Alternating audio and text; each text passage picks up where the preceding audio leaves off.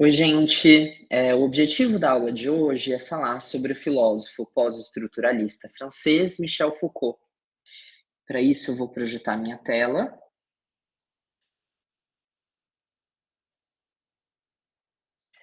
Bom, vocês já devem estar vendo. Aqui a programação de hoje. Eu começo falando um pouquinho a respeito da vida do filósofo. Depois a gente vai entrar em uma obra importantíssima para o pensamento Foucaultiano. Estou falando aqui de Vigiar e Punir. Vamos abordar os conceitos de poder, loucura e sexo para esse pensador. E, por fim, a gente vai tentar propor alguma solução para as problemáticas levantadas. Essa aula está dividida em 2 vídeos, sendo que no primeiro deles eu vou abordar os 3 primeiros tópicos. Então, começando a falar sobre o pensador, o Michel Foucault, ele nasceu em 1926, em Poitiers, na França. Ele era homossexual, ele vai viver até o final da sua vida com seu companheiro, o Daniel Defer, mostrado aqui na imagem à esquerda, e lembrando que esse daqui é o Michel Foucault. Ele tinha o diagnóstico de depressão, o que o leva a tentar suicídio mais de uma vez. Além disso, durante a sua vida, ele vai contrair o vírus da AIDS, o HIV, e vai morrer por causa disso, em decorrência de uma infecção cerebral. Isso em 1984, tá bom? Bom, queria chamar a atenção para essa cena que está se passando no interior do retângulo vermelho. A gente tem aqui o suplício, que era a forma de se punir publicamente, né? Que era aplicada antigamente. Então, por exemplo, aqui a gente tem o criminoso ou o infrator, e os seus membros eles estão amarrados nesses cavalos, e esses animais eles eram postos para correr. Obviamente que o tronco dessa pessoa se separaria dos seus membros, né?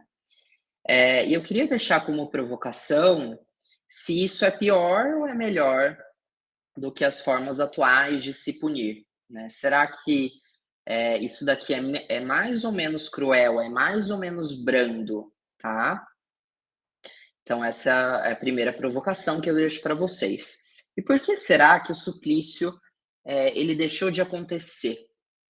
De acordo com Foucault, no seu Vigiar e Punir, e tudo que pudesse implicar de espetáculo desde então terá um cunho negativo. E como as funções da cerimônia penal deixavam pouco a pouco de ser compreendidas, ficou a suspeita de que tal rito que dava um fecho ao crime mantinha com ele afinidades espúrias, igualando, ou mesmo ultrapassando-o em selvageria, acostumando os espectadores a uma ferocidade de que todos queriam ver-se afastados, mostrando-lhes a frequência dos crimes, fazendo o carrasco se parecer com o criminoso, os juízes aos assassinos, invertendo no último momento os papéis, fazendo do supliciado um objeto de piedade e de admiração. Logo, por que o suplício deixou de acontecer? Porque ele evidenciava para aquela sociedade, né, em que ele ocorria, a frequência com que os crimes aconteciam, tá? Então, evidenciava a frequência dos crimes, tá certo? Além disso, o suplício, ele aproximava o supliciado da figura de um mártir, tá? E da mesma forma, os juízes, né, e os carrascos, eles eram comparados a verdadeiros assassinos, tá bom? Então é por isso que o suplício deixou de acontecer, e não por uma questão humanitária, e não por uma questão de bondade. Outro conceito que eu queria introduzir para vocês é o de panóptica. Em 1793, Bentham concebeu seu projeto de panóptico, que se tornaria a matriz arquitetônica das prisões europeias. Então, por meio desse trecho, a gente entende que a panóptica é um conceito da arquitetura e que ela não foi concebida pelo Foucault. Ela foi idealizada pelo Jeremy Bentham, que é um outro filósofo. E qual que é o conceito de panóptica? O princípio é conhecido, Na periferia, uma construção em anel. Então aqui, gente, eu estou fazendo um esquema da panóptica vista de cima, tá? Na periferia, uma construção em anel. No centro, uma torre. Esta, ou seja, a torre, é vazada de largas janelas, eu estou fazendo aqui as janelas, que se abrem sobre a face interna do anel. Então, aqui é a face interna do anel. A construção periférica é dividida em celas, cada uma atravessando toda a espessura da construção. Então, essas linhas que eu estou fazendo aqui, elas delimitam as celas. Elas, ou seja, as celas, elas têm duas janelas, uma para o interior, correspondendo às janelas da torre, e outra que dá para o exterior, e permite que a luz atravesse a cela de lado a lado. Esse era o modelo de prisão que foi aplicado em algumas prisões europeias, e vocês acham que ele era pior ou melhor do que as masmorras, né? Que era a forma, que eram as construções, né, relacionadas às prisões de antigamente. Vocês acham que a panóptica é melhor ou pior? Lembrando que existe a passagem de luz, né, pelas celas da panóptica. Então, a gente tem as celas na periferia, onde ficam os presos, certo? E no centro, a gente tem uma torre, na qual pode ou não haver uma pessoa vigiando os presos, os condenados. De qualquer forma, eles, né, os infratores, eles internalizam um sentimento de vigilância constante, um sentimento de que eles estão sendo observados, havendo ou não uma pessoa na torre central. Então, nesse sentido, a panóptica é muito mais cruel do que as masmorras, né, de antigamente. Porque a luz do sol, ela representa a vigilância, ela representa a observação, tá bom? Portanto, muito mais cruel. A genialidade do Foucault foi a de trazer esse conceito da panóptica do campo da arquitetura para o campo da sociedade. Então, ele vai dizer que a nossa sociedade, as instituições sociais, elas funcionam como verdadeiras panópticas. Então, por exemplo, se a gente entra em um estabelecimento que tem uma câmera de segurança, pode ou não haver alguém nos observando por meio desse equipamento. No entanto, a gente internaliza um sentimento de vigilância e o nosso comportamento é moldado a partir disso, da mesma forma que o comportamento dos presos também foi moldado, né? Apenas pela possibilidade da gente estar sendo vistos, ok? Então, o Foucault, né, de forma bem sintética, ele vai dizer que a nossa sociedade funciona como uma grande panóptica. Aqui algumas imagens para fixar esse conceito. Aqui a gente tem o esboço do Jeremy Bentham, e aqui a construção em anel na periferia e a torre central, em que pode ou não haver um guarda, né, vigiando os presos. Outro conceito que eu queria apresentar para vocês é o de corpos dóceis. Eles são definidos basicamente a partir de duas características. Então, eles são úteis economicamente e são obedientes em termos políticos. Ou seja, é aquela pessoa que trabalha todos os dias, né? Acorda cedo para ir no escritório e obedece às leis, obedece às regras, né, da sociedade. Essa pessoa se enquadra no conceito de corpo dócil do Michel Foucault. E para serem formados, os corpos dóceis eles passam por alguns estágios de confinamento, nos quais eles são confinados, eles são resguardados, vamos colocar assim. Então, primeiro a gente passa pela família, né? Depois pela escola ou pela creche, depois pelo quartel e, por fim, a gente passa pela fábrica. Entendam fábrica como local de trabalho, tá certo? Então, pode ser o escritório aqui, por que não?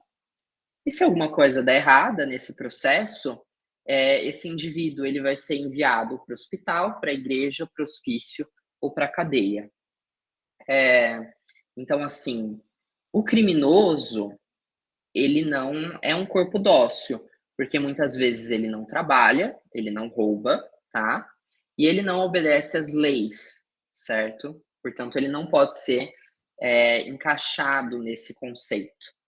Já o louco, ele também não é um corpo dócil, porque ele não consegue trabalhar em decorrência do transtorno mental que ele apresenta, tá bom?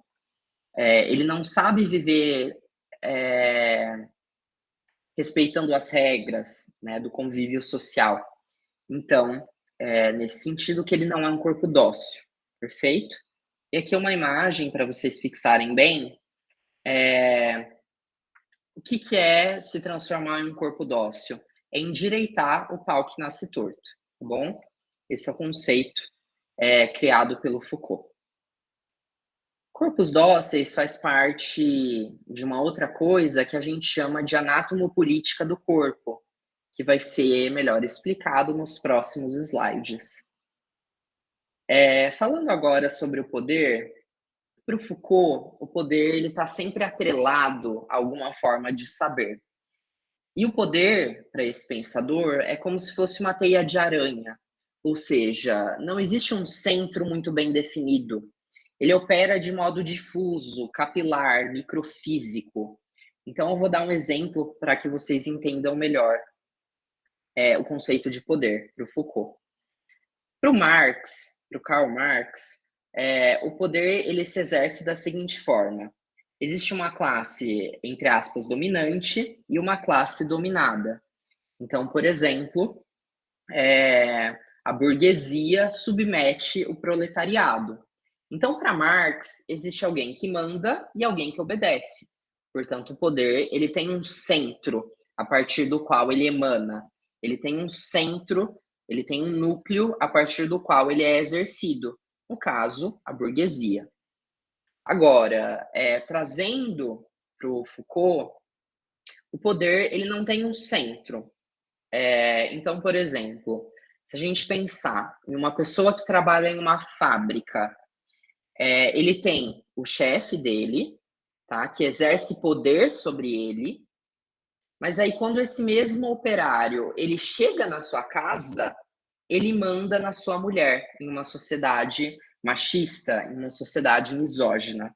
Ou seja, a mesma pessoa manda numa relação e é subserviente em outra, né? E obedece em outra. É isso que significa dizer que o poder não tem um centro muito bem definido, tá? Ele é dinâmico, certo? Ele se exerce de forma microfísica, né? Nas relações sociais, ok? Não é necessariamente, sei lá, um chefe de governo que tem todo o poder para ele. Não é assim, tá? Pelo menos não para o Foucault. Biopoder, bio é vida. Então, é o poder que se exerce sobre a vida, é o poder que visa promover a vida, né? E isso a todo custo. O biopoder, ele tem duas faces, ele tem dois níveis. Existe a anatomopolítica do corpo e a biopolítica da população, né? Então, são duas faces de uma mesma coisa que é o biopoder. Só que enquanto a anatomopolítica do corpo vai agir sobre o corpo, ou seja, sobre os indivíduos de forma individual, a biopolítica da massa ela vai atuar de forma a regular as grandes populações, as grandes massas, tá certo? Então, vou dar um exemplo para vocês, com base na pandemia de coronavírus, né, para vocês entenderem de uma vez por todas o que é o biopoder. Então, biopoder é aquele poder que se exerce de forma a promover a vida. Então, se a gente pensar em um estabelecimento que tem como regra o uso obrigatório de máscaras, isso é uma forma de anatomopolítica do corpo. É um poder que está agindo sobre o indivíduo, fazendo com que ele, de forma individual, individualizada, use máscara, tá? Então, uma forma de biopoder, mais especificamente sobre a forma da anatomopolítica do corpo. Já se a gente pensar em uma campanha de vacinação, né, na vacinação obrigatória, a gente está pensando na biopolítica da população, porque vai incidir sobre a massa, tá?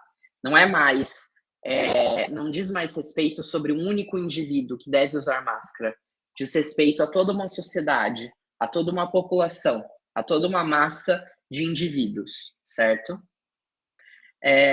E ambas, tá? Então, tanto o uso obrigatório de máscara em um estabelecimento, quanto uma campanha de vacinação em nível nacional, atuam de forma a promover a vida, porque se a gente pega coronavírus, a gente está sujeito à doença, a gente está sujeito à morte, ok? Aqui existe uma tabela com esses conceitos para que vocês fixem, né? Então, a biopolítica da população vai incidir sobre as populações, sobre as espécies, sobre a raça humana, né?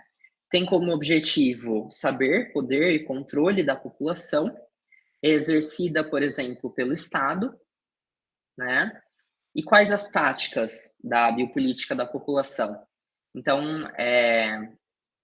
essa forma de biopoder pode se utilizar de estudos e práticas de demógrafos, sociólogos, economistas, intervenções na taxa de natalidade, longevidade, saúde pública, moradia e migração. Já o poder disciplinar, a anatomopolítica do corpo, vai atuar, como o próprio nome diz, sobre os corpos, de forma individual, de forma a subjugá-los, de forma a torná-los corpos dóceis, como a gente já viu. Ele vai se exercer no interior das escolas, exércitos, prisões, asilos, hospitais e oficinas, como a gente também já comentou. E vai se exercer por meio de estudos e práticas de criminologistas, psicólogos, psiquiatras, educadores, aprendizes, testes por meio da educação e por meio do treinamento, tá? Então, um resuminho para vocês dessas duas formas de biopoder. Biopoder é o poder que age de forma a promover a vida, mas ele não é exatamente o oposto de necropolítica. Lembrando que necropolítica é um conceito do Achille Mbembe, né, que é um filósofo camaronês, tá? E é literalmente a política de morte. Então aqui a gente tem uma imagem que ilustra muito bem esse conceito de necropolítica, tá?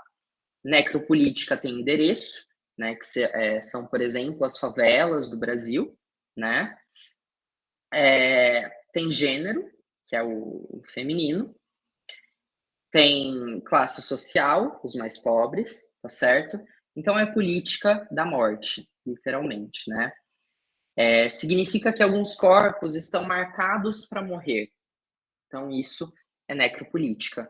E eu disse que não é exatamente o oposto de biopoder. Porque se a gente pensar que biopoder é uma forma de poder que surgiu, né, nas sociedades modernas, nas sociedades contemporâneas, se a gente pensar na Segunda Guerra Mundial, ela aconteceu sob a vigência do biopoder, tá? E não é uma contradição, porque naquela época, algumas pessoas, né, os ditos arianos, para promover a vida deles, eles achavam que tinham que matar determinados setores da população, então judeus, ciganos e assim por diante. Então é nesse sentido que biopoder e necropolítica são as faces de uma mesma moeda. Porque pode ser que algumas pessoas achem que para elas garantirem a sua vida, elas precisam matar a outra parcela da sociedade, ok? Então, não são conceitos antagônicos. Essa é a mensagem que eu queria que vocês captassem desse slide, ok? Bom, com isso a gente termina a primeira parte da aula sobre Foucault. Então, até a segunda parte, tá bom? Um abraço para todos.